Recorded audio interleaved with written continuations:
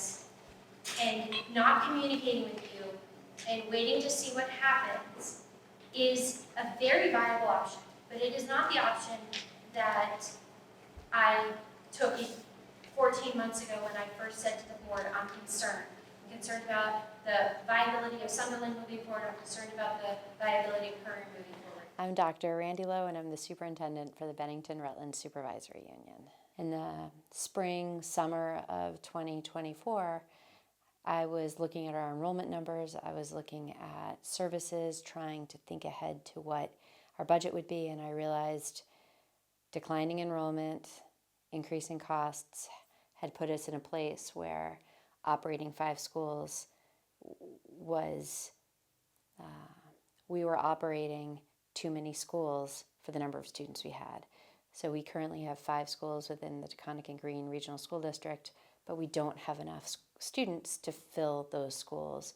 So we were seeing cost to educational quality and higher costs financially. And so I said to the board, we've reached a point where we really need to address this. Act 73 is really, I guess, most globally Vermont's reform education legislation. And it's originally stemmed from continued increased educational costs across the state, resulting in really unprecedentedly high tax rates across the state. And the governor and the legislators, many legislators saying, hey, something needs to be done. We're spending too much education in education. We have fewer students.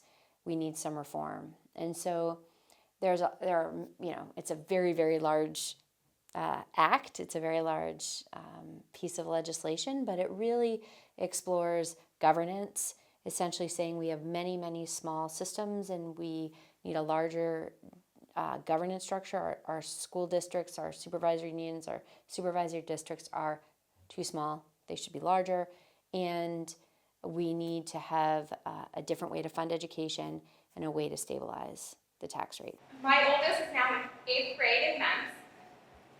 She has no connections to half of those teachers down there, where, for instance, since 2018, we lost both of my grandparents.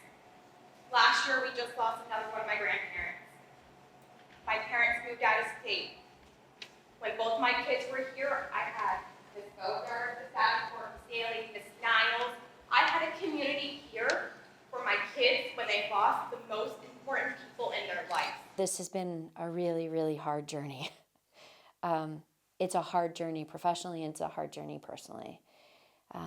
Vermont is a rural state, and there is a deep love and respect for local small schools, and in some cases, Sunderland and the towns of Danby and Mount Tabor are prime examples where the school might be the only sort of common space for community to gather.